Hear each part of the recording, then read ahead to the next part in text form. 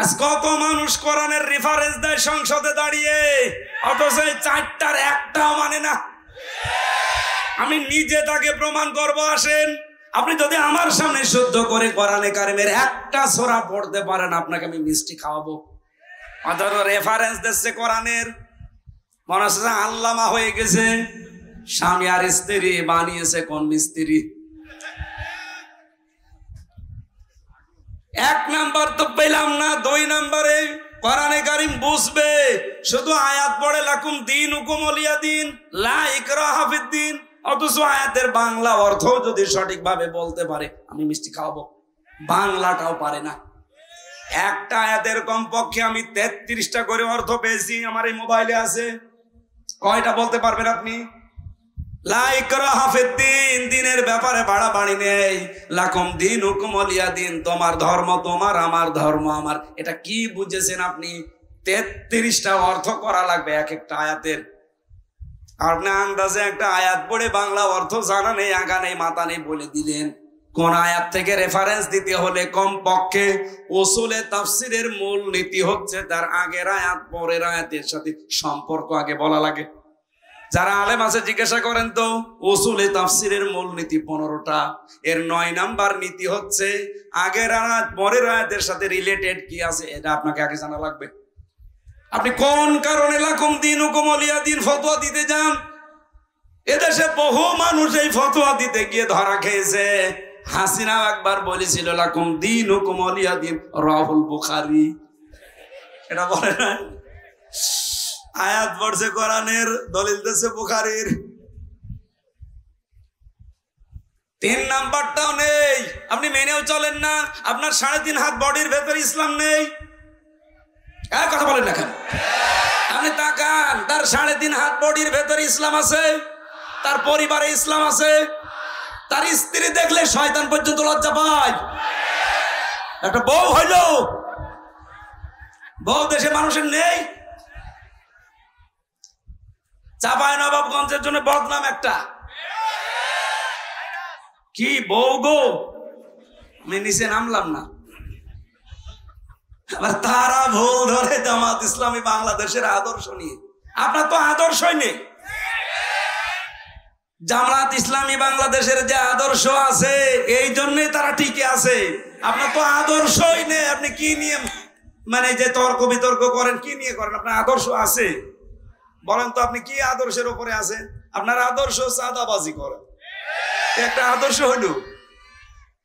আপনার আদর্শ পাথর দিয়ে মানুষ হত্যা করা, একটা আদর্শ হইল। যারা এইভাবে চাপাবাজি করে গলাবাজি করে চালিয়ে চলে যাচ্ছেন, আমি বাংলায় বলছি, আপনার কাছে কোনো আদর্শ নেই। কারণ আপনি যার আদর্শ মানেন সেই লোকটাও সঠিক না।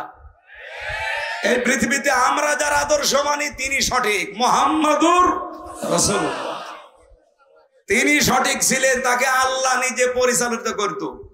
তাছাড়া বাংলাদেশে আর যাদের আদর্শ আপনারা কেউ মেনে চলে আবার বুক ফুলিয়ে বলেন আমি অমকের সৈনিক, আপনারও নেতাই তো ঠিক নেই। তার যে 70 বছরের জীবন, এই গ্যারান্টি কেউ দিতে পারবে যে জীবনে কোনোদিন জেনা করিনি, কোনোদিন জীবনে একটা মিথ্যা কথা বলিনি? হ্যাঁ, কথা বলেন না কেন? তা আমরা যারা আদর্শ প্রচার করি, কায়েম করতে চাই, গ্যারান্টি আমরা দিতে পারি ওয়া ইন্নাকা লাআলা খুলুকিন আযীম। এমন মহান চরিত্র আল্লাহ তাকে দিয়েছে, কিয়ামত পর্যন্ত কুল কিনারা করে পাবেন না যে কি আদর্শ তার ভেতরে আল্লাহ দিয়েছে। আযীম শব্দ আল্লাহ কাউকে দেয়নি, মুহাম্মদ রাসূলুল্লাহকে দিয়েছে। আর এক জায়গায় দিয়েছেন আল কোরআন আল আযীম। ওই যে কিছুক্ষণ আগে সূরা হিজরের 87 নাম্বার আয়াত পড়লাম। কোরআনকে আল্লাহ আযীম বলেছেন, আর মুহাম্মদ রাসূলুল্লাহর আদর্শকে আল্লাহ আযীম বলেছেন। সুবহানাল্লাহ বলতে পারেন নাই? এজন্য চাপাবাজি গলাবাজি বাদ দেন। আমরা চাপাবাজি করছি, গলাবাজি করছি, আমাদের একটা আদর্শ আছে। আর আপনারা যারা এগুলো করেন, একটারও কোনো আদর্শ নেই। আপনার যা ভালো লাগে করতে পারেন। আপনার রাগ হবে আমি জানি, আপনার রাগ দেখার জন্য আমি আসি না, আমি সঠিকটা তুলে ধরলাম। যারা এই কথাগুলো আমাদের উপরে দোষ চাপিয়ে দিতে চান, উল্টা পাল্টা, পেছনের দিকে আর যেতে চাই না। এখন আমরা দেশকে সামনের দিকে নিয়ে যেতে চাই। 4 নাম্বারটাও আপনারা চেষ্টা করেন না, কিন্তু আমরা চেষ্টা করছি। আমরা চাই নিজে শুধু মানবো না, মানুষ যেন মানতে পারে সেই ব্যবস্থা করে দিতে চাই। কামা কুনতা তুরাত্তিলু ফিদ দুনিয়া, এইভাবে করে আমরা যেহেতু পড়ছি, কিয়ামতের দিন আমরা এই হক আদায় করে পড়তে পারবো। অরাত্তিল অরতাকি, পড়বো আর উপরে উঠতে থাকবো। ফাইন্না মানসিলাকা ইনদা আখিরি আয়াতিন তাকরাউহা, নবীজি বলেন পড়তে পড়তে যেখানে পড়া শেষ হয়ে যাবে ওই জায়গায় আল্লাহ তোমার স্থান দেবে। জোরে বলেন সুবহানাল্লাহ। এই হাদিসটা আমি সহ যারা এসেছি প্রত্যেকের জীবনে আল্লাহ, অনেকেই শেয়ার পাওয়ার জন্য ইমানের ধার ধারছেন না, দাদারা যা বলছে ও তাই করছে। আমি নাম না নিয়ে বললাম, আপনি দেখেন এটার সহযোগিতা করলে আপনার ইমান ভেঙে যাবে। সূরা মায়েদার 51 নম্বর আয়াতে আছে, সূরা তাওবার 23 নম্বর আয়াতে আছে, জাদু শিক্ষা করা এবং শেখানো আপনার ইমান ভেঙে যাবে।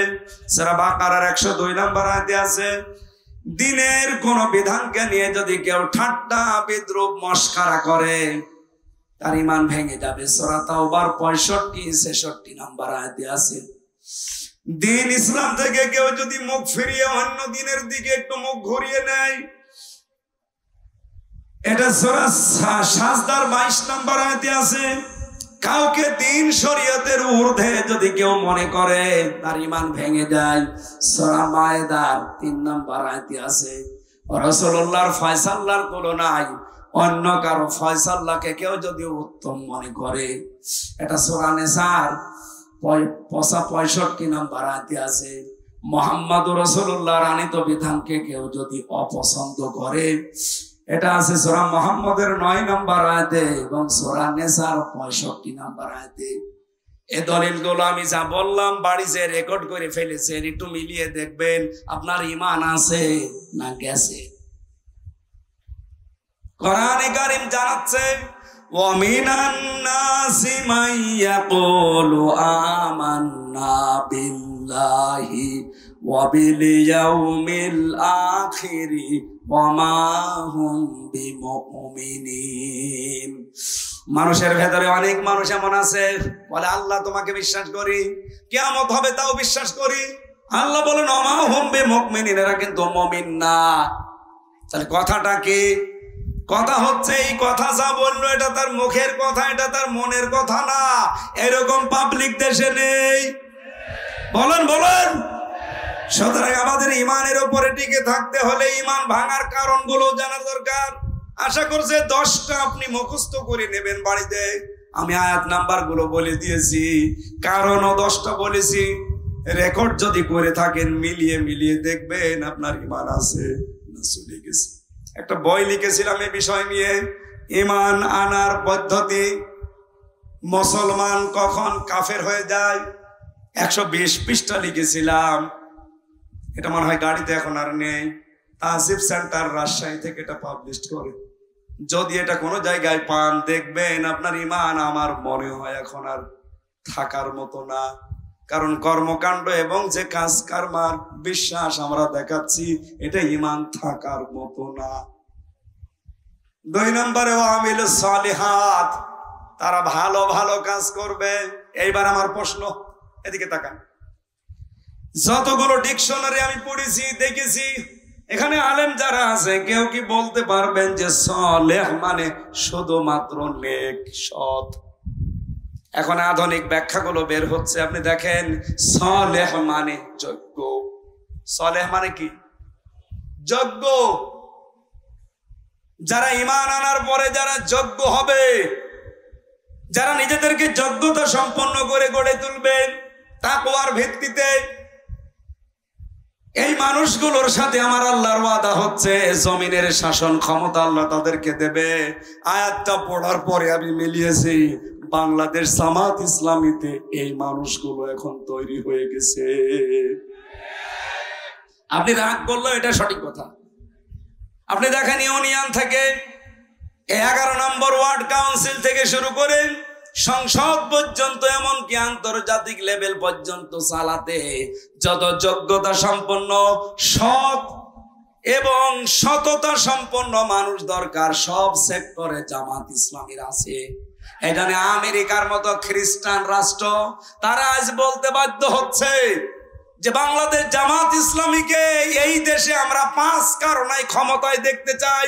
5টা কারণে। তার 1 নাম্বার কারণ, তারা যত মানুষ দায়িত্বে আছে সবগুলো তারা সৎ, ভদ্র এবং যোগ্য।